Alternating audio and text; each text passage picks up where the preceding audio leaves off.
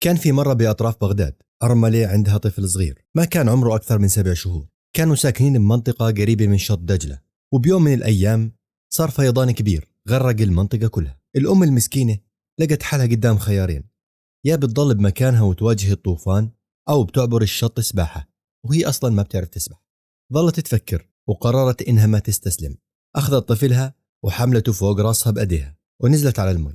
الأمواج كانت عالية ومتلاطمة، والمي غدارة زي ما بنعرف.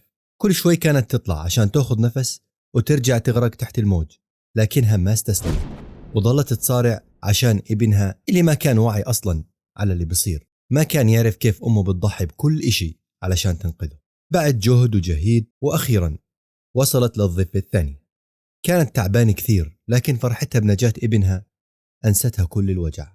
مرت الأيام وكبر الطفل، وصارت الأم تشتغل ليل نهار علشان تأمن له حياة كريمة. تعبت كثير وتمرمطت بالحياة، ودخلته مدارس وحاولت توصله للي ما وصلته لنفسها. وفعلا تعبها ما راح على الفاضي، وكبر الولد وصار غني. اتزوج الولد، وبعد فترة كانت الصدمة الكبيرة لما قرر ابنها بطلب من مرته يوديها على دار المسنين.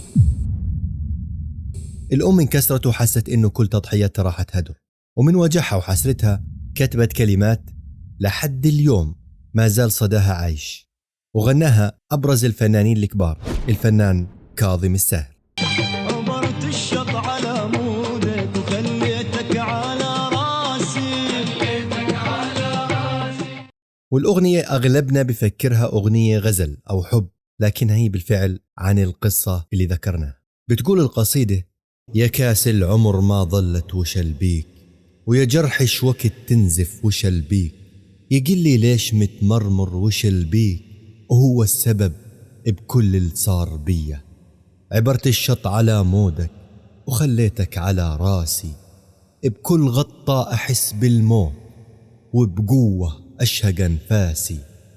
كل هذا وقلت أمرك أحلى من العسل مرك، وين تريد أروح وياك بس لا تجرح إحساسي. أمر وعيوني بعيونك وانت عيونك الغيري، فضلتك على روحي وضاع وياك تقديري. قولش قصرت وياك وش تطلب بعد أكثر، على ذراعي تنام الليل وقول ارتاح وانا اسهر. وصلت لشاطئ أحلامك بتضحيتي وسهر ليلي، ولا مرة قلت ممنون وانا المنهدم حيلي. قولش قصرت وياك وش تطلب بعد أكثر، على كفوفي تنام الليل وقول ارتاح وانا اسهر. هاي الأم اللي ضحت بكل شيء عشانه، اللي حطت حياته فوق حياتها، واللي شافت الموت بعيونها بس عشان تشوفه سالم. انتهى فيها المطاف وحيدة بدار المسنين.